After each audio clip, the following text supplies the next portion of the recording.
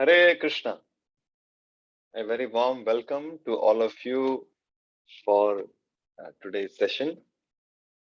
We are reminiscing the pastimes and qualities of a great devotee of Krishna. Krishna in the Bhagavad Gita, he says in the 10th chapter, he says, Vainateyascha pakshinam. Vainateyascha pakshinam. Which means, of the birds, I am Vainateya. Vainateya refers to one who is the son of Vinata. So this is referring to Garuda Deva, and which is why Garuda Deva is given the position of the king of birds, because he is very, very dear to Lord Krishna. For the wonderful services that he renders to Krishna, he has a very, very special and intimate place, and he is counted amongst one of the greatest devotees of Krishna. It is interesting to note that any temple of Vishnu, when you go for darshan, you will see there is a deity of Garuda Deva. There will always be.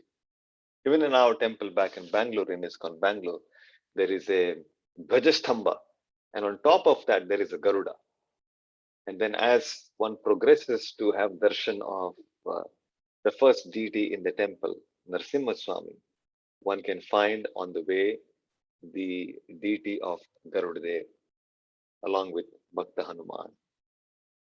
So the activities and pastimes of Garuda, these are explained very beautifully in the Srimad Bhagavatam and many other Puranas. There is some days, some months back, I was speaking to one of the devotees who had lost a family member, and they had organized all of them as a part of the rituals performed for the departed soul. They had organized a reading from Garuda Purana, and this Garuda Purana contains descriptions of various hellish planets. So as a reminder to everybody present there on how one must be so responsible to live his life, devote himself in the service of the spiritual master, in the service of Krishna, so that he may not slip, he may not degrade himself to these sinful planets, where these are all detailed, the descriptions of all these planets are given in detail in Garuda Purana, also in the Srimad Bhagavatam, which talks about what happens to a person who is very attached to illicit sex, who is very attached to gambling, who is very attached to all kinds of sinful activities are described. And the consequences are described, what kind of punishment he undergoes. So there is a reading that goes on of all these hellish planets, which is part of the Garuda Purana. So we can see there is a Purana that is devoted in the name of Garuda Deva. So let us today absorb ourselves in remembering some of the qualities and pastimes of Garuda Deva and seek his blessing so that we can make advancement in our Krishna Bhakti. Garuda Deva is born to Kashyapa Muni and Vinata. Kashyapa Muni is the grandson of Lord Brahma. So Brahma's one of the sons of Brahma was Marichi. Marichi's son was Kashyapa, and Kashyapa had many wives, and one of the wives was Vinata. She was the daughter of Daksha Prajapati. And to Vinata and Kashyapa were born uh, Garuda and Aruna. So Garuda Dev, he lives in Shalmali Deepa, is one of the planets. And there he is constantly engaged in offering prayers to Krishna. So it is said, uh, once Garuda Dev was, because he has the body of a bird, so he has a prescribed food to eat. So he lives uh, by eating fishes and snakes. These are his food. He has the body of a bird. So he would visit this uh, planet called Nagalaya, which was the planet of the snakes presided by Vasuki. And there he would go and uh, he would prey upon some snakes and he would uh, have his meal. So these snakes were very disturbed by Garuda's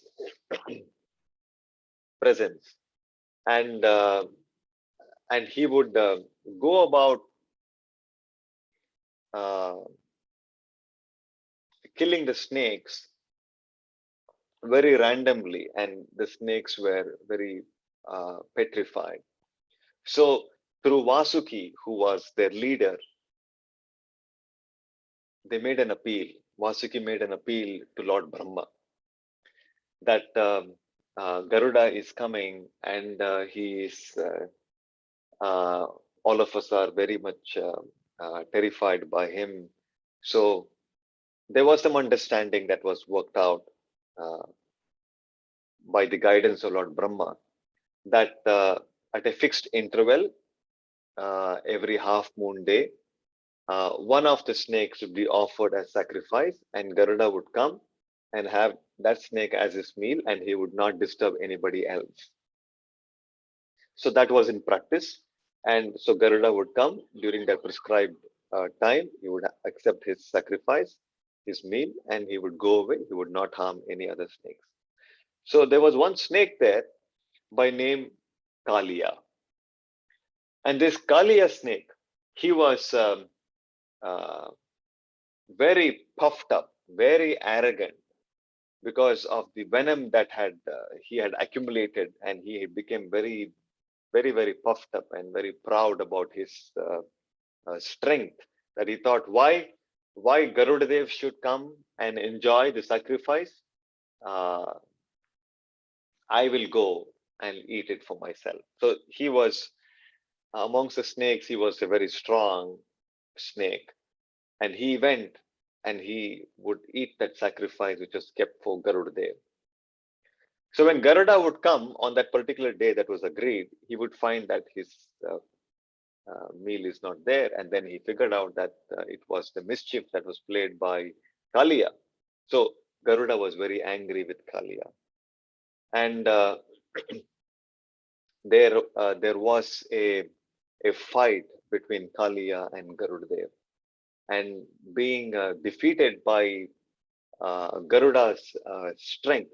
It is said, Garuda, he is enormously powerful, very, very powerful, because he's as strong as the Supreme Lord himself, because he's a personal associate of Krishna. So nobody was any match to his strength. So Kalia was thinking he's very powerful, but then uh, in that confrontation with Garuda Dev, he realized that he's no match, and he started running for shelter.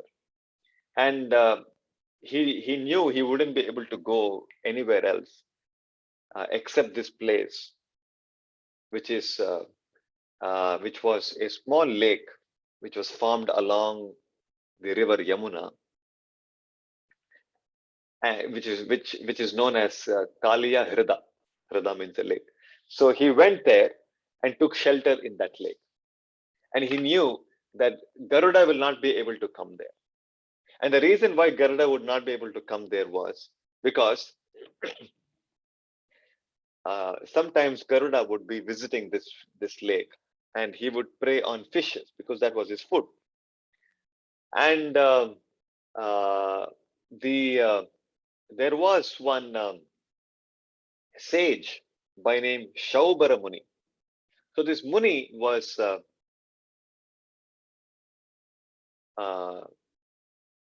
very compassionate on the fishes. So this Muni, he was such an advanced yogi that he was sitting within the waters and he was performing his tapasya. So one day it so happened that Garuda came and he uh, snatched one of the big fishes in that lake and went away because that was his food. So all the other fishes, they came and pleaded to Shaubara Muni. And Shaubara Muni took pity on these fishes and he cursed Garuda. He said, if Garuda comes once again, then on the strength of all my yogic powers, I curse him that if he comes here once again to this place, he will die. So uh, he uh, pronounced a curse against Garuda, and this was known to Kalia, the snake. And so Kalia, he came and he resided in this lake, which came to be known as Kalia Hrida. So Garuda then left him because he would not want to, although he was sufficiently powerful to counteract the curse, but he did not want to uh, disrespect the sage. So he avoided the matter. But then it is interesting to note because Garuda was a great devotee and his plans for feeding was disturbed by this sage, he had committed an offense against Garuda, and it was a Vaishnava Apradh. A Vaishnava Apradh is like it is considered to be a mad elephant offense. Hati Mata. It is just like you have a beautiful garden, a garden of nice roses, nice jasmine, and all nice tulips, nice lilies and lotuses, and all kinds of beautiful flowers. And you have taken great pain uh, to maintain this flower orchard. And if you let loose a mad elephant in the garden, what will happen? The entire garden will be, given that this is a mad elephant, it will completely destroy all your hard labor. All the plants will be smashed. This is exactly what happens when we commit an offense against a devotee of the Lord. This is called Vaishnava Apradh. It's a very severe Apradh. So, because Shaubari Muni had committed Vaishnava Apradh against Garuda Deva, he had disturbed his plans for eating. Therefore, he lost his yogic siddhis and he was overpowered by lust. He was overpowered by material desires and he was practicing a renounced life.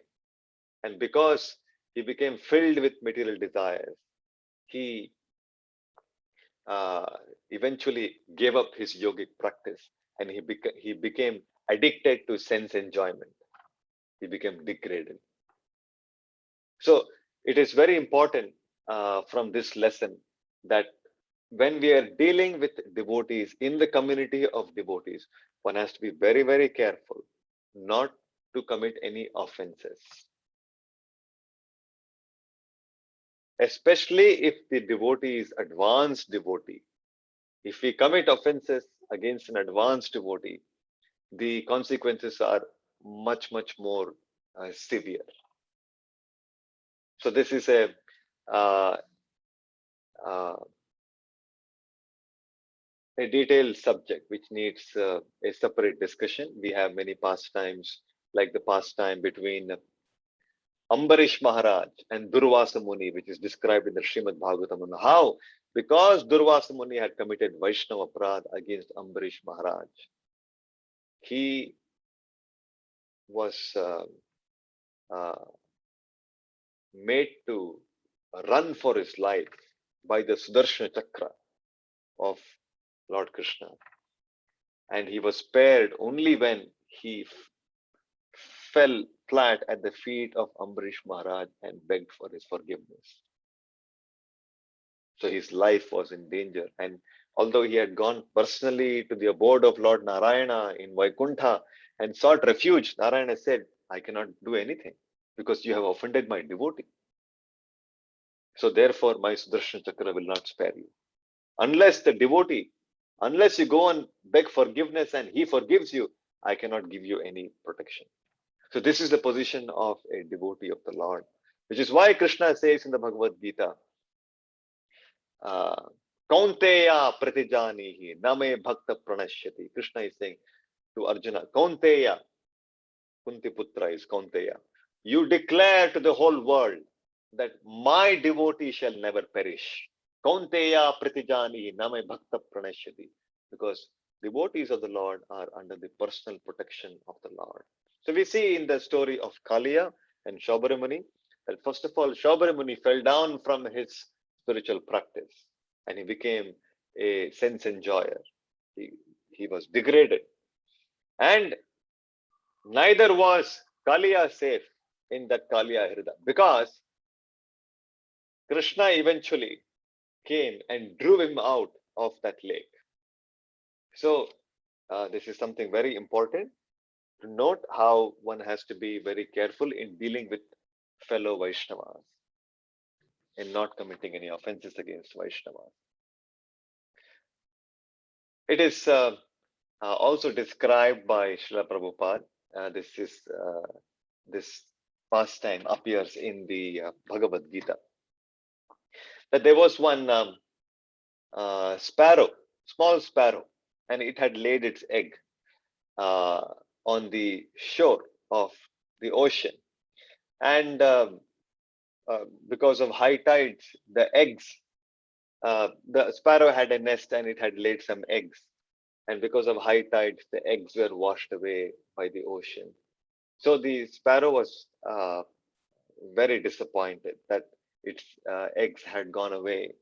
So uh, that poor little sparrow did not know what to do. So it thought maybe it can empty the ocean uh, by its beaks, its small beaks, and it thought I can empty the ocean by my beaks, and I can find the eggs which may be somewhere lying on the floor of the ocean.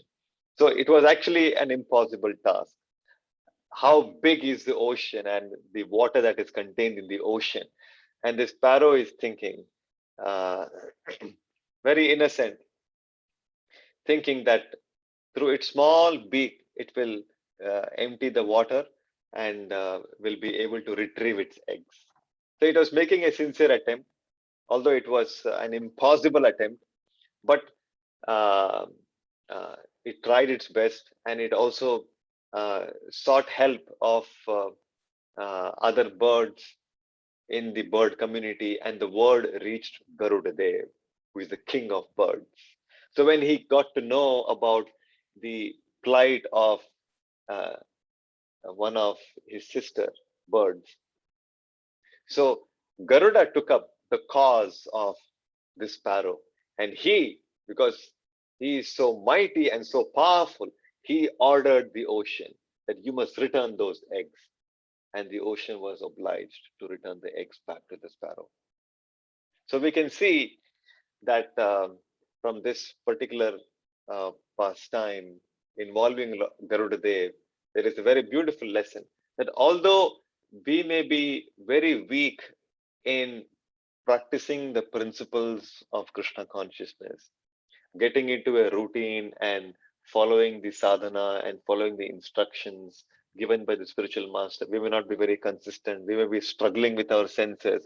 We may have so many desires, so many urges, and it may seem to be a very difficult uh, task to pursue this path. But if we take shelter and pray to exalted Vaishnavas like the spiritual master, and many great devotees, pure devotees of the Lord, and seek their blessings and their guidance, one can very easily cross over whatever obstacles we may have in our path of progress in Krishna consciousness. Which is why it is said, Mukam karoti vachalam, pangum langayate girim, yat kripatamaham vande Shri Guru Deenataranam. Which means, if although by the blessings of the spiritual master, Mukam karoti vachalam, even a dumb person can become a great orator. And Pangum langayate girim. Langayate girim means even a lame man, he can cross over mountains, big mountains, he can cross over. How? Yat kripatamaham vande Shri Guru Deenataranam, by the mercy, by the blessings of the spiritual master. So therefore, we should know that we are never alone in our journey. So long we seek the association of Vaishnavas, advanced devotees, pure devotees, the uh, the foremost of all devotees, the spiritual master, like Srila Prabhupada and other great Vaishnavas. And if we offer our sincere prayers to them and seek their guidance and blessings, certainly one will be able to make great advancement in his spiritual journey. Like we saw in the case of this sparrow, it had an impossible mission of retrieving its eggs from the ocean, emptying the ocean of its water using its beak. It was impossible. But because the sparrow was determined and it had, and it uh, dependent, it depended on the, sought the uh, help and mercy of Garuda Deva. Therefore, the sparrow was successful in its mission. So, like this, there are innumerable pastimes of Garuda. There was one occasion when Indra had approached Lord Krishna in Dwaraka and had complained to him about the disturbance caused by one demon called Bhaumaswara. So, uh, in order to uh, give relief to the devatas, Krishna went riding on Garuda along with Satyabhama, and he waged a war against Bhaumaswara. And it is said that during that war, Bhaumaswara had a great army and many elephants, many soldiers, and so many of them. So while Krishna was engaged in wielding and shooting his arrows, so Garuda with his gigantic wings and his claws and his beak, he would harass uh, the enemy soldiers. He would the elephants and all of them were uh, uh, greatly harassed by Garuda, uh, who would fly in their midst, and he would harm them. He would attack them with his claws, with his beaks, and his wings.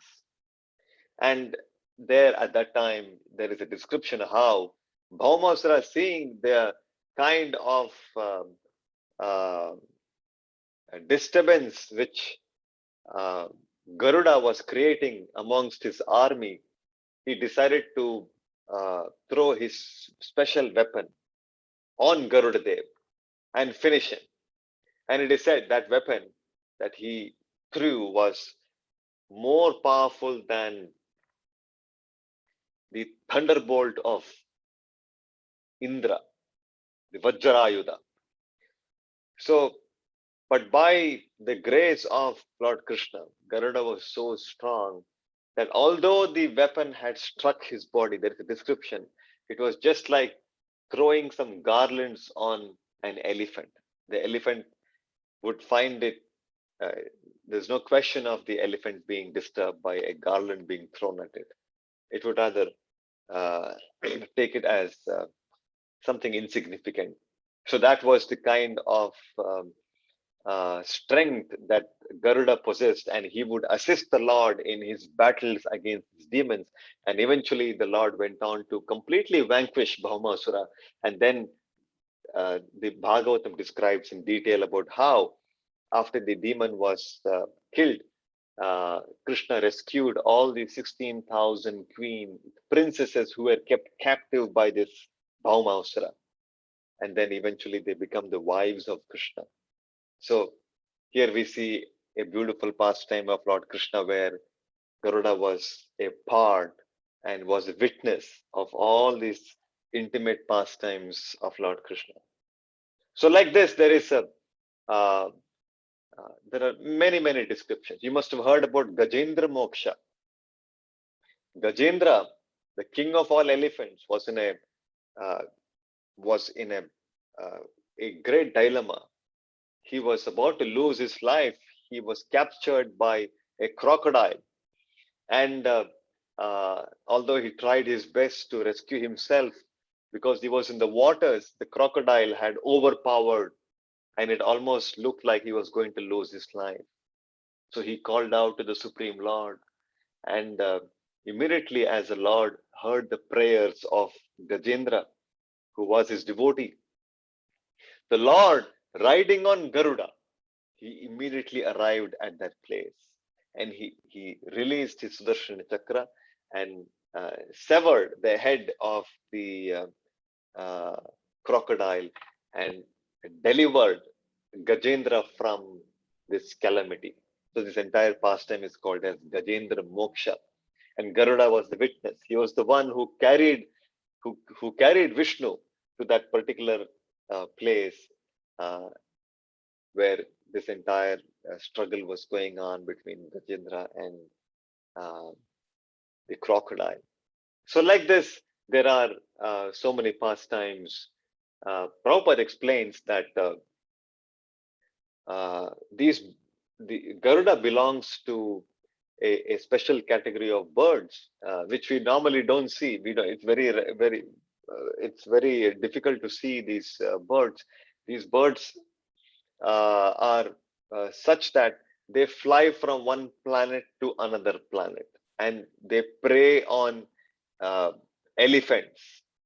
They are so these are very special birds, and it is said they lay their eggs as they are flying in the sky, and as these eggs fall in the sky, they hatch, and the bird uh, begins to fly as it hatches, as it is dropping in the sky. So these are things that we have no experience about, but these are described by the acharyas, how these special category of birds,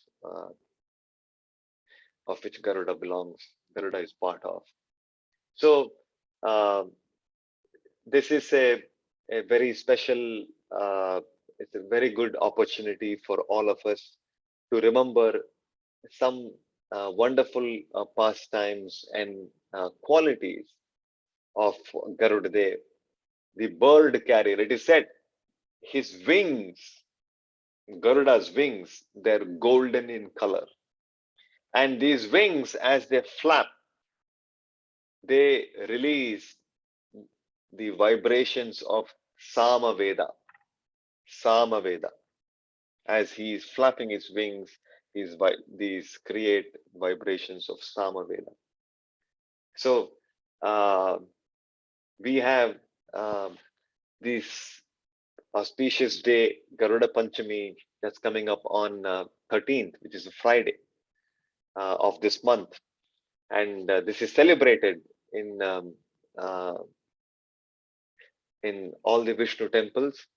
Uh, and here are some glimpses of recent uh, Garuda Panchami celebrations from our temple. Let me share my screen with all of you. Please have a look.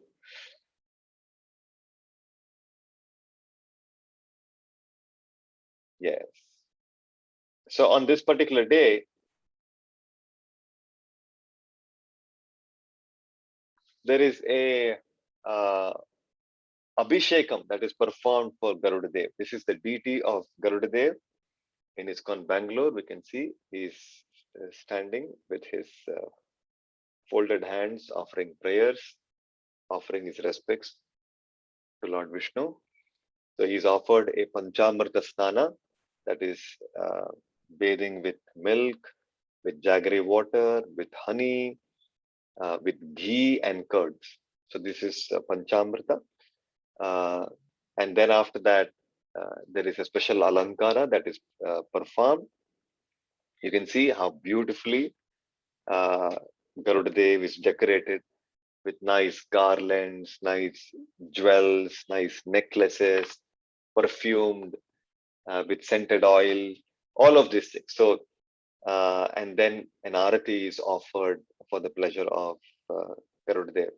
And these are some more glimpses, as you can see, of, and this is the darshan of Garuda Deva on different days in the temple. And yes, also Garuda Deva is as a part of the annual celebrations in most Vishnu temples, which is known as Brahmotsava. The Lord is carried out in different vahanas. There is some what is called as Vahana Seva. So, as a on one of the days, the Lord, their lordships, Radha and Krishna, they are adorned in a special alankara, and they take a ride on Garuda Vahana. So here are some glimpses of Radha and Krishna riding on Garuda Vahana during the annual Brahmotsava celebrations. This annual Brahmotsava is like the birthday celebrations of the deities in the temple. The day when the deities are installed, every year that is celebrated. So in iskon Bangalore, it is a 11-day long birthday celebration. It's a grand celebration, and on each day there is a different Vahana: Hanumat Vahana, Garuda Vahana, Hamsa Vahana, Gaja Vahana. Like that, there are different Vahanas. So let me share with you some glimpses of Garuda Vahana. Yes. So you can see this is Garuda Vahana, Radha and Krishna, decorated as Lakshmi Narayana. Devendra Vijay. You can see there is an umbrella over the lordships. Lordships are so beautifully decorated with wonderful ornaments, dresses, garlands, and Hanuman, Garuda Deva is carrying them. And it is actually a ratha, and the Vahana is pulled by the devotees. There is a procession and they go around the temple premises for one parikrama. You can see this devotees are doing Chamara Seva, Vijana Seva on top of the Garuda Vahana, and there is a procession. Here is a Arati being performed for Radha and Krishna. Again, Garuda Vahana. So that was Brahmotsav celebrations.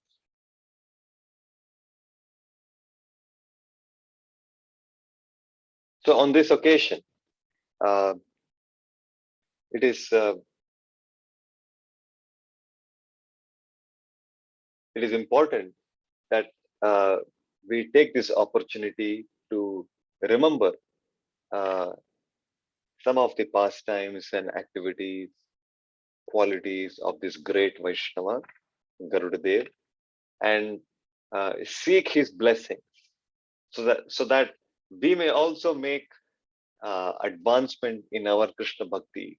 We may also become situated in our position as an eternal servant of the Lord, just as Garuda Deva is, and as a as a pure devotee of the Lord, he is more than happy to bestow his blessings upon any sincere seeker who wishes to make progress in Krishna Bhakti. And by the blessings of such exalted Vaishnavas like Garuda Dev, one can very easily make progress in their Krishna consciousness. So with this, I would like to close. Uh, I'm sure the team will share more details about the way forward and some announcements to share with all of you. Thank you very much. Hare Krishna.